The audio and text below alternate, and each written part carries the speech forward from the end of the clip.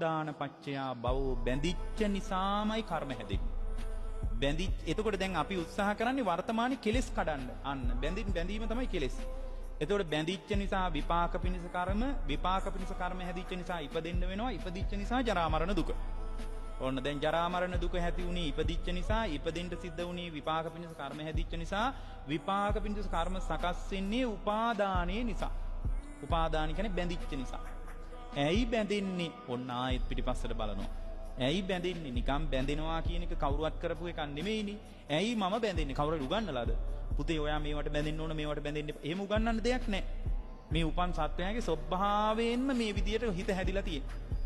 ඇයි උපාදානිය ඇති උනේ? මොකක් නිසාද? තණ්හා පත්‍ය උපාදාන. හිතේ තණ්හාව ඇති වුණොත් තමයි බැඳෙන්නේ. තණ්හාවයි බැඳීමයි අතර අන්තර් කාලය කොච්චරද දන්නවද? චිත්තක්ෂණයයි. තණ්හාව ඇති වෙලා දැන් පැයකට කලින් මට තණ්හාව ඇති වුණා. ඒකයි හාඳුරුනේ මේ බැඳුනේ එහෙම නෙමෙයි. තණ්හාව ඇති වෙච්ච තැනකම පින්වත්නි නන්දි සමුදයා තදූප දානං නන්දිය ඇති වෙච්ච එකමයි උපාදානෙ. චිත්තක්ෂණයයි. ඒක කාල නිර්ණය කරන්නත් බෑ.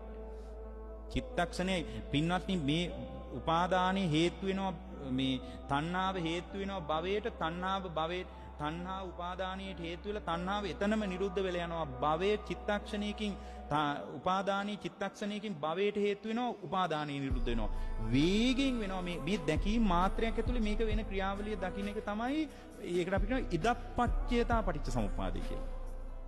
ඉද ප්‍රත්‍ය ණය ක්‍රමය කියලා. ඒ කියන්නේ මේ වෙලාවෙම මේ ටික ඔක්කොම වෙන්නේ කොහොමද කියලා. ඒකට තියුණු සිහියක් ඕන, දියුණු ප්‍රඥාවක් ඕන. ඒක දැක්ක ගමන් පින්වත්නි ලෝකය ගැන අනබ්බි රතියක් උපදින්නේ.